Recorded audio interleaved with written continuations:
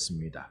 신약 성경 69면에 있는 마가복음 9장 38절로 41절까지의 말씀입니다.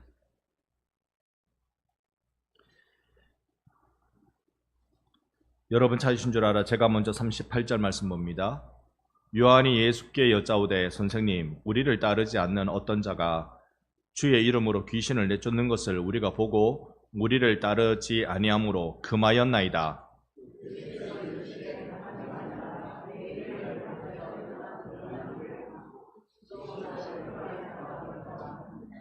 우리를 반대하지 않는 자는 우리를 위하는 자니라.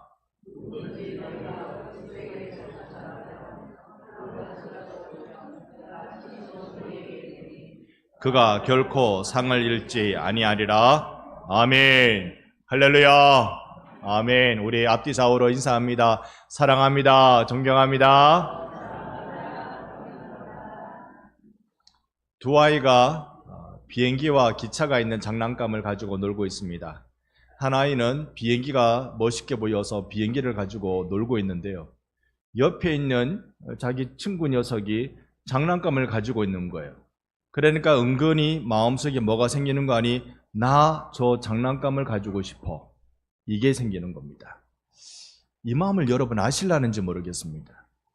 이거 나는 장난감 비행기를 가진 것으로 충분했는데 저 기차를 내가 원하는 게 아닌데, 그런데 저 기차를 친구가 가지고 노는 것을 보고 가질 욕심이 생겨나는 겁니다.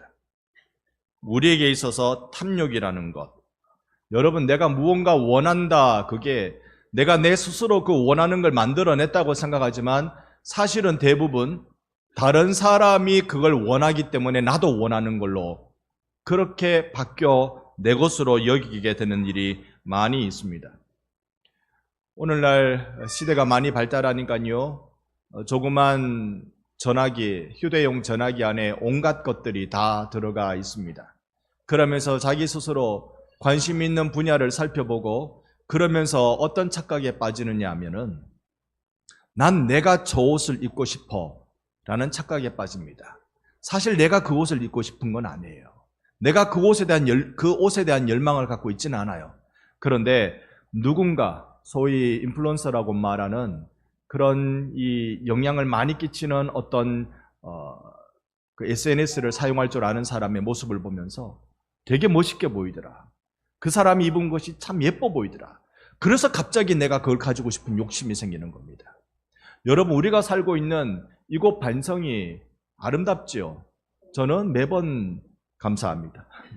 매번 석양을 볼 때마다 반합니다. 정말 진주의 석양, 반성에서 바라보는 석양, 그렇게 예쁠 수가 없습니다. 더군다나 이제 가을 초입에 들었어요.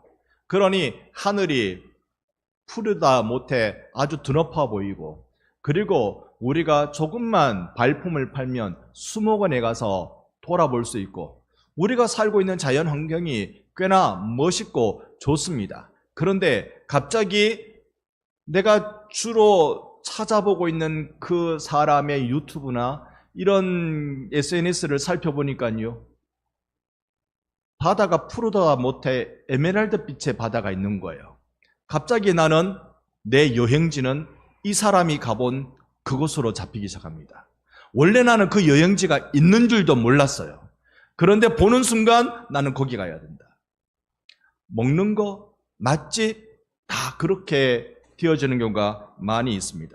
여러분, 우리 욕심이라는 거, 탐욕이라는 거, 내 본성의 문제이긴 합니다만 내가 그 목표를 정하는 것이 아니라 다른 사람을 보고 그것이 나의 탐심으로 바뀌어지는 게 매우 많이 있습니다.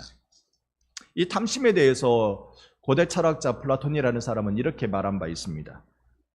불이란 탐욕이며, 그러니까 탐심을 불의하다고 본 겁니다. 의롭지 못하다. 의로운 정의라는 건 뭐냐? 각자가 동등하게 가지는 거다. 다른 사람의 것을 내가 가지는 것이 아니라 나는 나의 것을 가지는 게 그게 정의다. 이렇게 말하는 거죠. 이건 철학의 이야기입니다만 성경의 이야기는 탐심에 대해서 무엇라고 얘기할까요?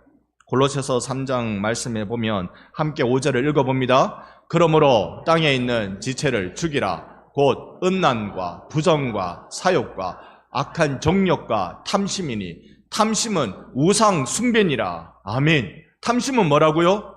우상 숭배요. 우상 숭배가 오늘날 우리 우상 숭배가 비나이다라고만 생각하는 어리석음이 있습니다. 어디 절에 가면 안 된다 그것만 생각하는 게 있습니다. 조상에게 제사하면 안 된다 그것만 생각하는 경향이 있어요. 성경이 말하는 우상 숭배는 탐심이다. 네 거 아닌데 네가 바라는 거, 네 몫이 아닌데 네 몫으로 챙겨가려는 거, 이게 우상 숭배다. 그 우상 숭배는요, 하나님을 등지는 걸 말합니다. 우리가 진심으로 사랑한다고 고백하는, 그분을 위해 죽을 수도 있다고 고백하는 그 하나님을 등지는 행위가 탐심이라는 말입니다. 인간의 삶에 있어서 탐심은 늘 땅에 있는 본성이라 함께 동행하고 따라다닙니다. 그래서 우리가 평소에 삶을 살 때 이건 꼭 기억해야 된다라고 성경에 수많은 계명이 있지만 줄여서 10가지 계명을 만들었던 걸 10계명으로 우리 알고 있습니다. 10계명의 뚜껑을 딱 닫는, 끝을 딱 알리는 이 계명의 완성점이라고 딱 알려주는 그 끝자리에 있는 계명 10계명이 10번째 계명이 이러합니다. 같이 출애굽기 20장 17절 말씀을 함께 읽어보겠습니다. 내 이웃의 집을 탐내지 말라. 내 이웃의 아내나 그의 남종이나 그의 여종이나 그의 소나 그의 낙이나 무릇 내 이웃의 소유를 탐내지 말라. 여러분, 탐심을 버리시기를 축복합니다. 이거 버려야 돼요. 우리의 눈이 어디로 휘둥그레진다고요? 이웃의 아내. 이웃의 아내를 왜 탐해요? 이웃의 남종, 여종, 그걸 왜 탐해요? 그의 소, 그걸 왜 탐하냔 말입니다. 이웃의 소유를 탐내지 말라. 우리는 성경의 이 가르침을 벗어나는 순간 심각한 폭력과 죄악상을 경험하게 되는 것입니다. 오늘 성경 39절은, 오늘 본문 9장 39절은 이렇게 우리에게 알려줍니다. 요한이 예수님께 말해요. 예수님, 선생님, 어떤 자가 주의 이름으로 귀신을 쫓아냈습니다. 제가요 그걸 보고요, 그가 우리를 따르지 않는, 우리와 함께 동행하지 않는 자이기 때문에요, 하지 말라 그랬어요. 금했습니다. 여러분, 이건 어떤 의미를 갖고 있을까요? 마가복음 9장 38절이 있기 직전까지는 귀신 쫓아내는 일은 예수님과 예수님의 제자들만 했습니다. 다른 사람이 하지 않았어요. 예수님의 제자들은 귀신을 쫓아낼 때도 실패하는 경우가 있었습니다. 그런 제자들의 생각 속에 귀신 쫓아내는 건 우리의 전매 특허다. 이건 우리만 할 수 있는 거야. 저 어떤 사람, 한 사람, 그 사람이 어떤 사람인지 모르겠지만 그가 예수의 이름으로 귀신을 쫓아내더라. 어디 우리 걸 탐하냐? 우리 걸 탐하냐? 이렇게 착각을 하는 겁니다. 여러분, 이 귀신은요, 제자들의 권세로 쫓겨가는 게 아니라 예수의 이름의 권세로 쫓겨가는 줄 믿습니다. 그러니까 어떤 사람이 귀신을 향하여서 주의 이름으로 쫓아내면 그건 여러분, 그걸 어떻게 생각해야 되죠? 이건 한성에 내가 한 업종의 가게를 열었는데 다른 사람이 동일한 업종의 가게를 연 겁니까? 그래서 이제 경쟁이 붙게 되는 그런 일입니까? 하나님의 나라에 대한 심각한 오해를 하고 있는 것입니다. 제자들 속에 탐심이 있는 거죠. 이거 나만 해야 되는데. 여러분, 제자들은 그리스도를 위해서 다 버리고 쫓아온 사람들입니다. 다 버리고 쫓아온 사람, 여러분, 소위 자발적 가난을 선택하면 그 안에 내면적 온갖 우리가 귀하게 볼 것들이 다 있지만 그건 관로 처리를 하고, 자발적 가난을 선택해서 살아가는 사람이 있으면 또 누가 있어야 되는 줄 아세요? 그들을 후원하는 사람이 있어야 됩니다. 그들을 후원하는 사람 없으면 자발적 가난을 선택한 사람은 굶어 죽기 딱 맞습니다. 후원하는 사람이 있어야 돼요. 수많은 사람들이 후원합니다. 이건 중세시대 때 수도원 운동에 그대로 일어났어요. 수도사로 되기 위해서 자발적 가난을 선택하며 저기 기도원, 수도원에 들어가 살면 수많은 사람들이 그들이 알려주는 가르침을 듣고 감복하면서 자신의 재산의 일부를 그 수도원에 헌납하는 일들이 많이 일어났습니다. 그래서 갑자기 수도원이 부자가 돼서 타락하는 일들이 중세에 흔히 일어난 일이었습니다. 자발적 가난을 선택하면 주위에 후원가가 모이기 시작합니다. 예수님의 제자들, 12제자들, 예수님을 따르기 위해서 자발적 가난을 선택하면서 나온 사람들이에요. 그들을 돕는 사람 없었을까요? 성경에는 엄청 많습니다. 수많은 여인들이 자신의 재산을 내어내면서 그렇게 그들을 섬기는 일. 12제자만 예수님 따라간 게 아니라 이 예수님과 12제자들을 따라다니는 여성 그룹이 있었습니다. 그들을 먹여 살리는 일을 한 거죠. 그런데 저 한편에서 어떤 사람이 주의 이름으로 귀신을 쫓아낸다. 우리는 주의 이름으로 귀신을 쫓아내는데 뭐 잘 안 돼서 예수님 우리는 왜 이렇게 안 됩니까? 기도 외에는 이런 것이 나가는 이가 없느니라. 그러니까 제자들은 이제 경쟁 관계에 놓인 것일까요? 그들의 착각이 얼마나 심하겠습니까? 예수님은 이때 그들의 마음속에 있는 탐심을 보시면서 이걸 해결하기 위하여서 해결자로 등장하시는데요. 39절에 예수님 보여주신 해결이 뭐냐면 이르시되 금하지 말라. 내 이름을 의탁하여 능한 일을 행했다. 주의 이름으로 능력 행하면 그가 나를 비방하는 자가 아니다. 자, 금하지 말라 하십니다.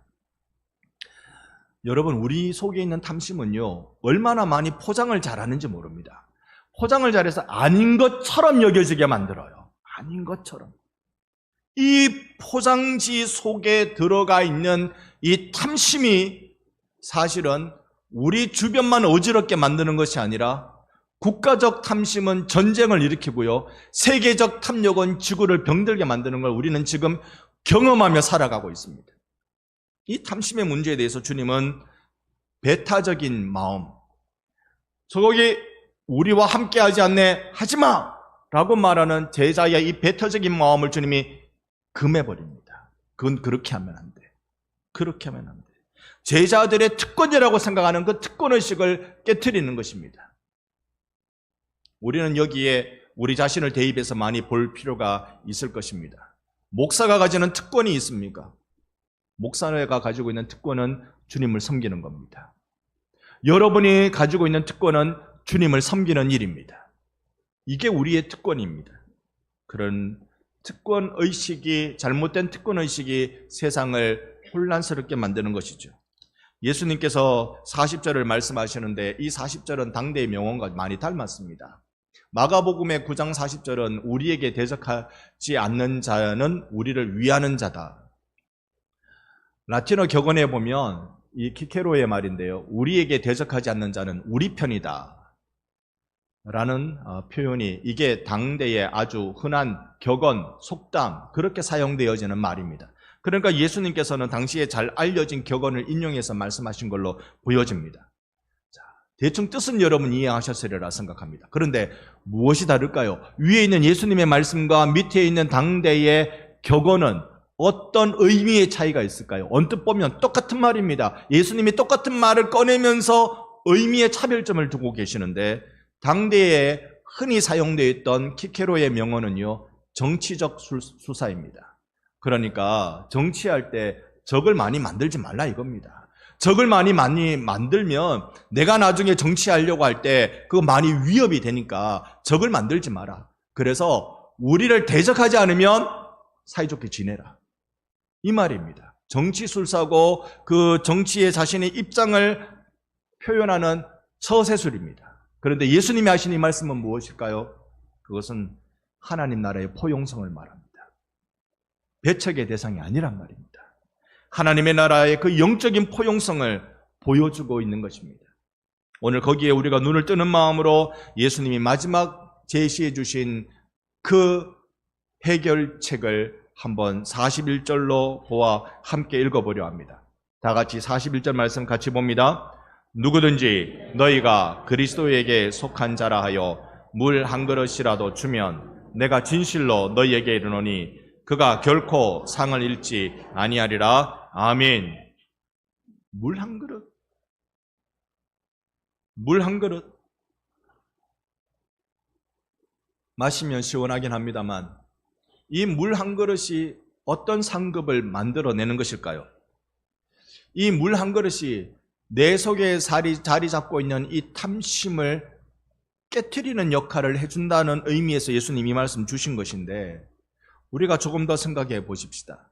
성경의 탐심, 이 탐욕, 이 부분에 대해서 우리는 가인과 아벨 사건을 통하여서 한번 비유적으로 살펴보겠습니다. 여러분, 가인과 아벨 아시죠? 누구의 아들들입니까? 아담의 아들들입니다. 아담이 에덴 동산에서 쫓겨나서 아들 둘을 얻습니다. 하나는 가인, 둘째가 아벨. 그런데 이 둘 다가 어떤 일을 경험하는지 창세기로 우리가 돌아가서 4장 3절로 5절을 한번 교독하겠습니다. 제가 먼저 3절. 세월이 지난 후에 가인은 땅의 소산으로 제물을 삼아 여호와께 드렸고,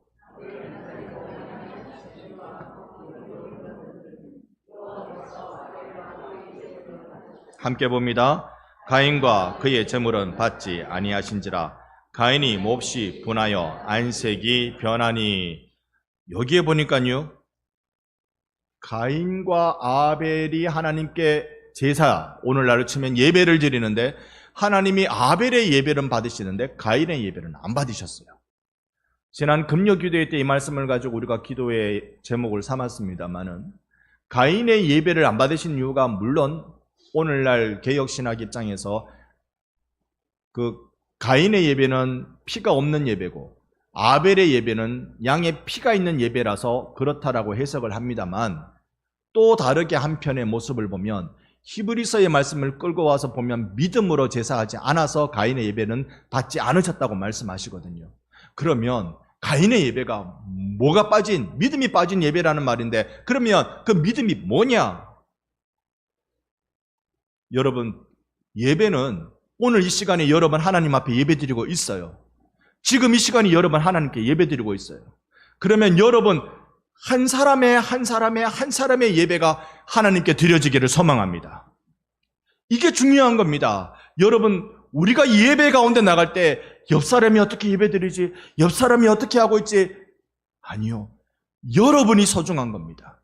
오늘 이 시간 예배 드릴 때 여러분 집에 혹시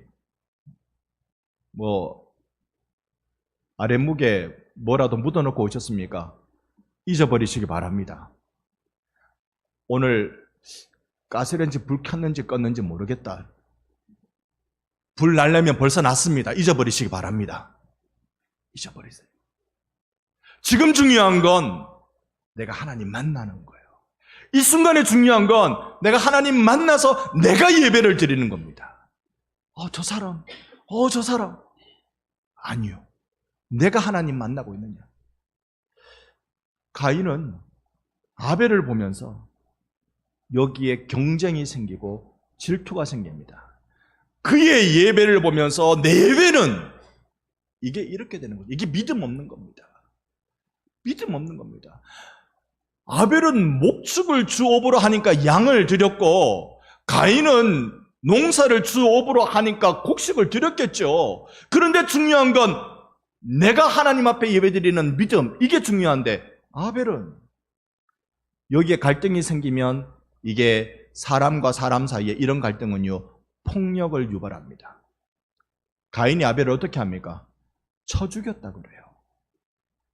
이야, 인류 역사의 최초의 살인사건이라는 걸 여러분 아십니까? 쳐 죽였다.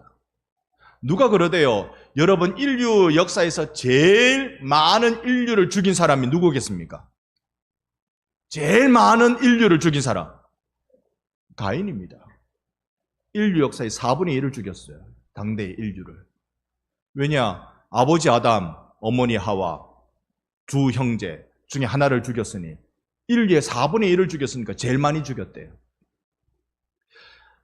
이 가인이 가지고 있는 이 폭력성, 탐욕에 대한 폭력성, 심지어 하나님께 대해서만큼도 탐욕성을 가지고 있는 이 폭력이 얼마나 심각하겠습니까? 이걸 끊어야 되는데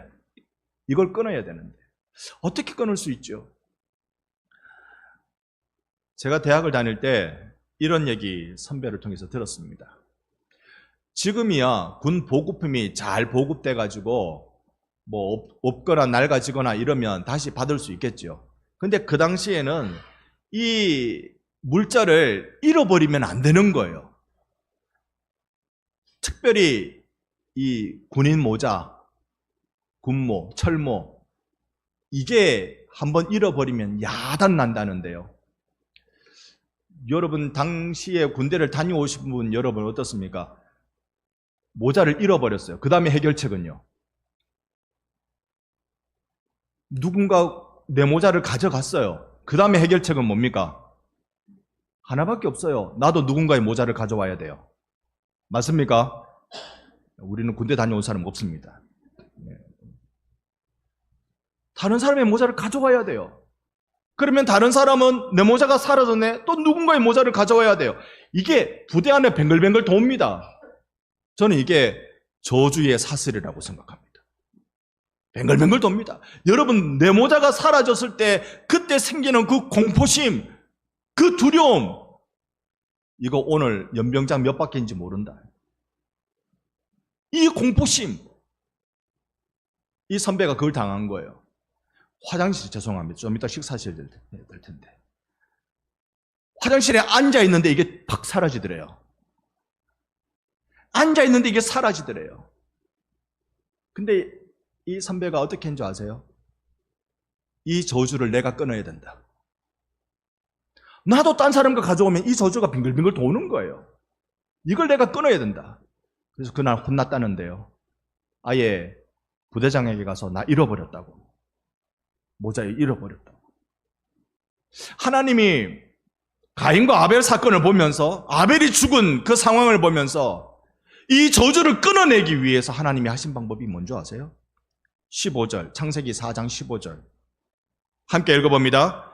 여호와께서 그에게 이르시되 그렇지 아니하다. 가인을 죽이는 자는 벌이 7배나 받으리라 하시고 가인에게 표를 주사 그를 만나는 모든 사람에게서 죽임을 면하게 하시리라. 아멘. 하나님이 그에게 뭘 주셨어요? 표를 주셨어요. 표. 여러분 원래 이거 권선징악의 개념으로 하면 눈에는 눈, 이에는 이, 이걸로 하면 가인을 쳐 죽여야 되는 거 아닙니까? 아벨을 쳐 죽였으니. 그런데 누군가 가인에게 복수하려고 할 때, 누군가 가인에게 분노로 쏟아 부으려 할 때 하나님이 그의 이렇게 표현하면 맞을까요? 이마에다가 딱 붙여놓은 거죠. 면죄. 얘는 죄를 면해주는 거야. 얘는 죄 없음. 하나님이 은혜의 표를 붙여주시는 거예요. 우리 모두 다 욕망과 갈등 속에서 폭력성을 가지고 있는데 내가 저놈을 어떻게 한번 해보자. 내가 저 사람을 밟고 일어나면 내가 이렇게 하면 내가 살 것 같고 속이 시원할 것 같다고 말하는 그때 하나님이 아니 그거 금해야 돼. 그거 하면 안 돼. 그러면서 은혜의 표를 붙여주시는 것입니다. 이게 하나님의 구원의 방식입니다. 이게 우리 하나님이 우리에게 베푸신 생명의 방식이란 말입니다. 예수의 십자가 우리 한번 들여다보십시다. 그 십자가는 어떤 십자가입니까? 골로새서 2장 14절 15절을 교독할 때 우리를 거스리고 불리하게 하는 법조문으로 쓴 증서를 지우시고 제하여 버리사 십자가에 못 박으시고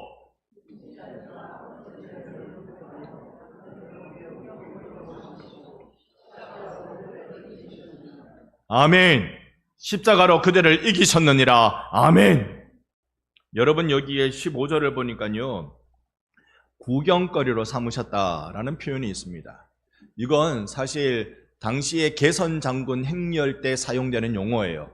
그러니까 로마가 전투에 나가서 전쟁에 나가서 승리하고 돌아오면 승리하는 장군이 개선문을 딱 통과하면서 환호를 받고 그렇게 들어오겠죠. 로마 시내로 그렇게 진입합니다. 그런데 이 개선 장군이 진입할 때 뒤에 누가 따라옵니까? 물론 자신의 군대 군사들이 오고요. 그 다음에는요. 적군, 포로들을 데려옵니다. 포로를 사슬에 묶고 끌고 오는 거죠.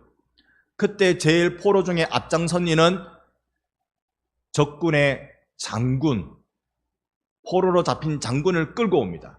그러면 구경거리로 삼는 거죠. 이 전쟁이라는 폭력성, 이걸 이제 막 긴장되어 있던 그것이 승리의 이름으로 개선 행렬을 이룰 때 이 적의 장군을 구경거리로 삼아버리는 겁니다. 적의 붙들려온 포로들도 마찬가지죠. 십자가가 사실 그런 취급받았어요. 십자가. 네가 하나님의 아들이라고? 네가 메시아라고? 네가 이 나라를 독립시켜줄 위대한 선견자라고? 로마가 들끓었고 유대가 들끓었습니다. 그들은 양쪽에 전부 다 예수를 향하여 죄명을 쏟아붓습니다. 로마는 반역죄로, 유대는 신성모독으로 예수를 십자가에 내어 못 박으면서 조롱하며 구경거리로 삼았습니다. 저런. 그런데 우리가 오늘 읽은 골로새서 2장 15절 말씀에 보면 통치자들과 권세자들을 무력화하여 드러내어 구경거리로 삼았다. 십자가를 구경거리로 삼던 그들을 되려 십자가로 그들을 구경거리로 삼게 만드신 주님의 방법이란 것입니다. 이것은 십자가로 이길 때 가능한 일입니다. 십자가로 이길 때. 여러분, 우리 예수님이 죽으신 것이 왜 이런 역전을 일으킬 수 있을까요? 통치자와 권세자들은 그들의 권세와 그들의 통치의 능력은 피정복민들에게는 꼼짝달싹하지 못하는 절대적 권력입니다. 그런데 왜 이게 그 식민지 유다의 한 청년, 별 볼 일 없어 보이는 뜨내기 청년 한 명 십자가에 달아 죽였는데 왜 그 십자가의 역사가, 그 십자가의 처절한 죽음이 온 세상을 뒤집어 놓는 일이 되었을까요? 모든 통치자와 권세자들을 구경거리로 삼을 정도로 왜 이런 놀라운 역전이 일어나게 했을까요? 그 달린 청년이 유달리 특별하기 때문에 그렇습니다. 그 특별함을 이사야는 9장 6절에서 이렇게 설명합니다. 9장 6절 하반절에 보면 그의 이름은 기묘자라, 모사라, 전능하신 하나님이라, 영전하시는 아버지라, 평강의 왕이라. 이게 내 주 예수시란 말입니다. 내 주 예수가 영원한 아버지, 전능하신 하나님이시기에 당신이 십자가에 못 박혀 죽으시는 것이 세상을 뒤집어 놓는 역전의 승리가 되게 해주신 것입니다. 예수의 십자가만으로 세상을 바꿉니다. 이 세상은 여전히 폭력과 탐심으로 죽어가고 있습니다. 지금은 그런 게 법으로 금지되어 있습니다만 오래전에는 소위 보증을 잘못 써가지고 폐가 망신하는 경우가 아주 많았습니다. 보증 한번 잘못 쓰는 것 때문에 아는 얼굴에 친한 사이에 형제 자매 사이에 서달라는 거 안 써줄 수도 없고 그렇게 섰다가 휘청휘청한 분들이 아주 많이 있습니다. 지금은 재정보증은 불가능합니다. 신원보증만 가능하죠. 재정보증은 일정 금액 이상은 안 되도록 만들어진 줄로 알고 있습니다. 이런 걸로 얼마나 많은 이들이 넘어지고 얼마나 많은 이들이 무너져 내립니까? 우리가 이 세상을 살펴보면 시끄러운 일, 폭력적인 일, 가학적인 일 얼마나 많이 일어나는지 모릅니다. 때로는 그래서 세상의 구경거리가 되는 일이 그 처참한 상황 속에 무너지는 일들이 많이 있습니다. 세상은 남을 밟고서라도 내가 일어서야 된다. 세상은 내가 남보다 커지려는 욕망을 가지고 있습니다. 위기는 어떤 희생양을 잡아서 그 희생양을 제거하는 것을 통해서 이 위기를 넘기면 된다. 이게 세상의 방법입니다. 그런데 우리들은 어떻게 할까요? 그러면 우리들은 어떻게 할까요? 성도에게 있어서 정말 원하는 건 무엇입니까? 우리는 저 사람을 보니까 저 사람이 이걸 추구하는 걸 보니 저건 내가 추구해야지 라고 하면서 서로 경쟁과 갈등을 만들어내야 할까요? 우리가 추구해야 되는 건 무엇일까요? 여러분, 우리는 하나님 앞에서 홀로라는 걸 기억하시기 바랍니다. 하나님 앞에 나 혼자 있어요.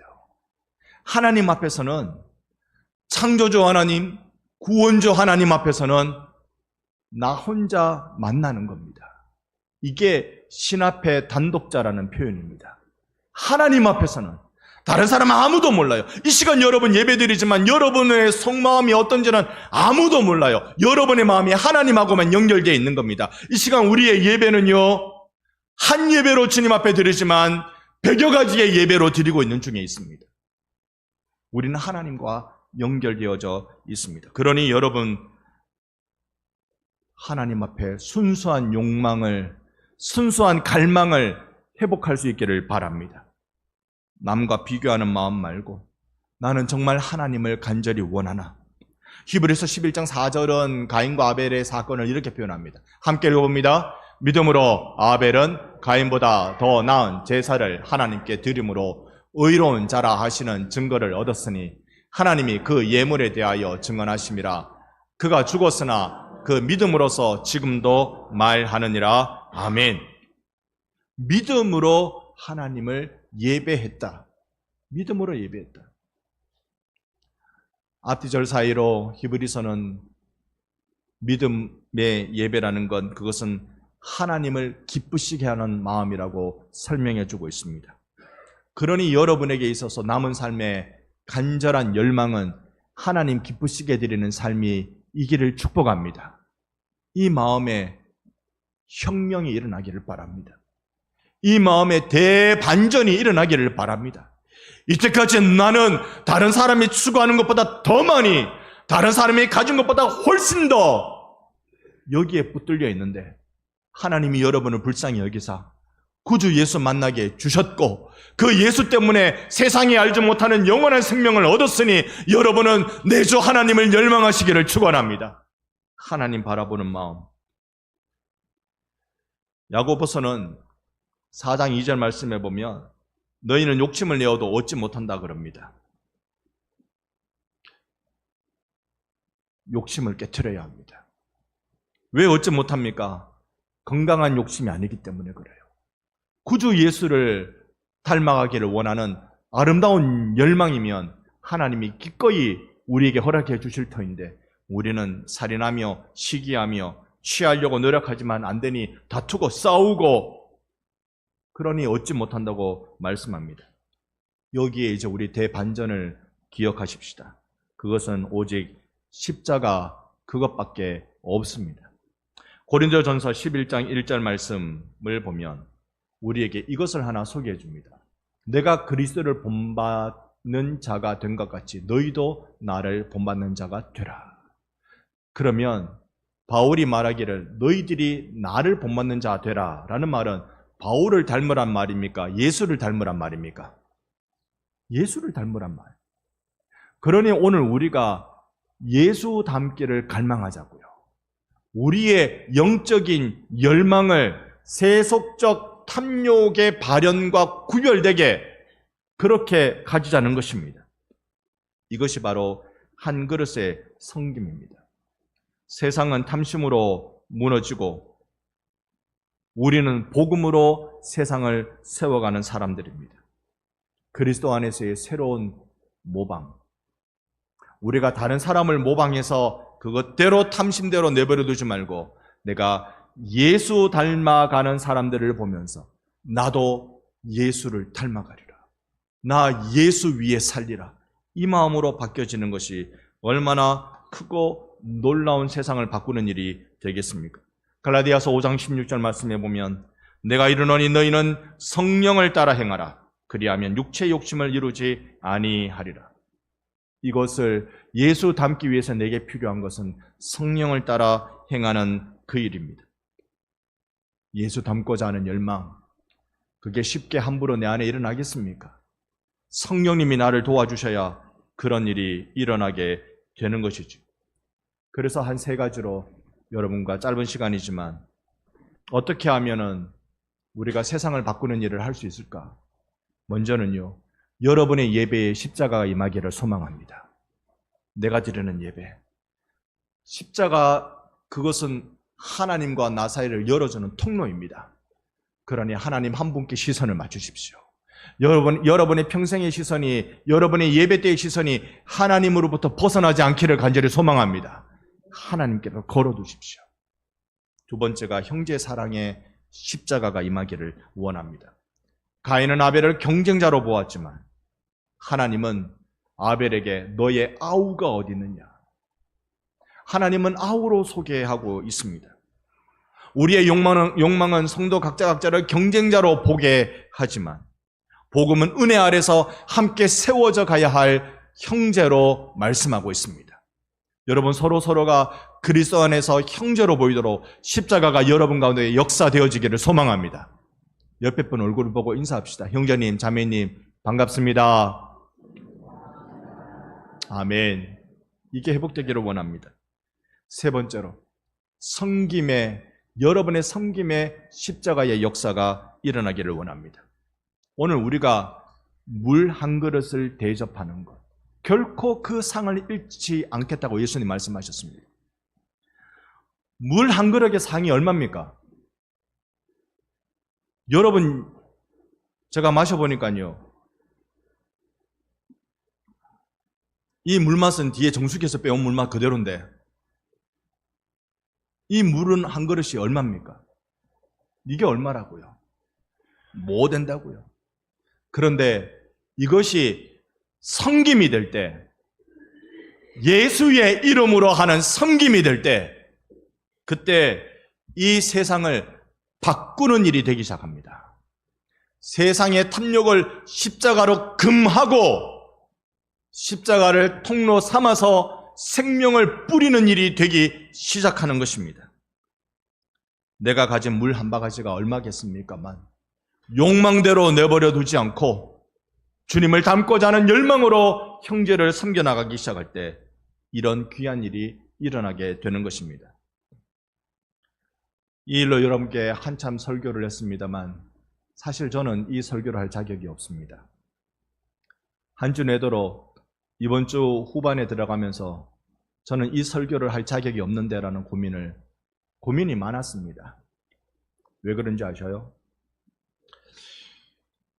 우리 송기식 집사님을 떠나보내고 이제 장례식장에서 진주 안락공원으로 가기 위해서 장례식장 주차장에서 차 시동을 걸었습니다.